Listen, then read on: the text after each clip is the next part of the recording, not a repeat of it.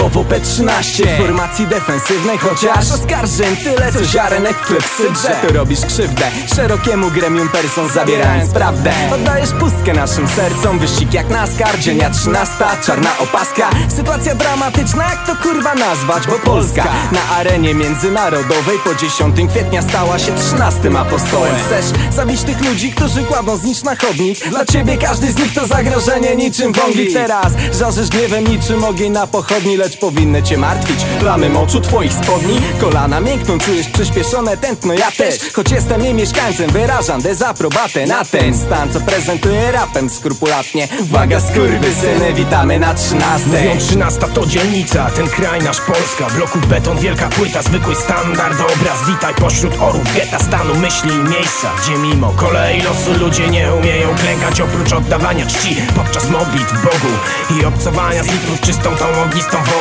To już kolejny wiek, znana polska tradycja. Wielu poświęciło jej cały sens swojego życia. Wielu zatraciło sens gdzieś przy chodach i zyskach. Tu prawda i racja w świetle prawa, różnych wersjach zwykłych chadzać do diabła. Zostawała tylko zemsta i choć nie złamała za nic i nie złamie żadna klęska, żadne kłamstwo na nic pech. Ostry pressing do zwycięstwa, bo gdy dawno Stalin zdech, to wciąż wisi hejs Wałęsa. Krąg 13 nie jak Dante na wycieczce, ty tu jesteś od zawsze, byłeś i będziesz. To jest właśnie życie polskie, 13 dzielnice. Niby spokój jest na blokach, normalne okolice, gdzie każdy coś tu mota. Patrzą gdzie jest flota, jeżdżące tu patrole, robiące wciąż na pokaz.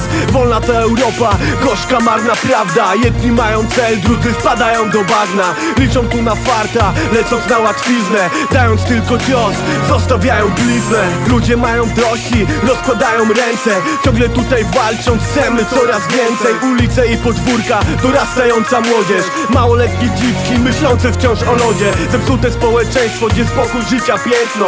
Bije szybko tętno, a skurwienie wzrasta. Kiedy przyjdzie czas na odpoczynek, prawda, zamiast słabym pomóc, przystawiają nóż do gardła.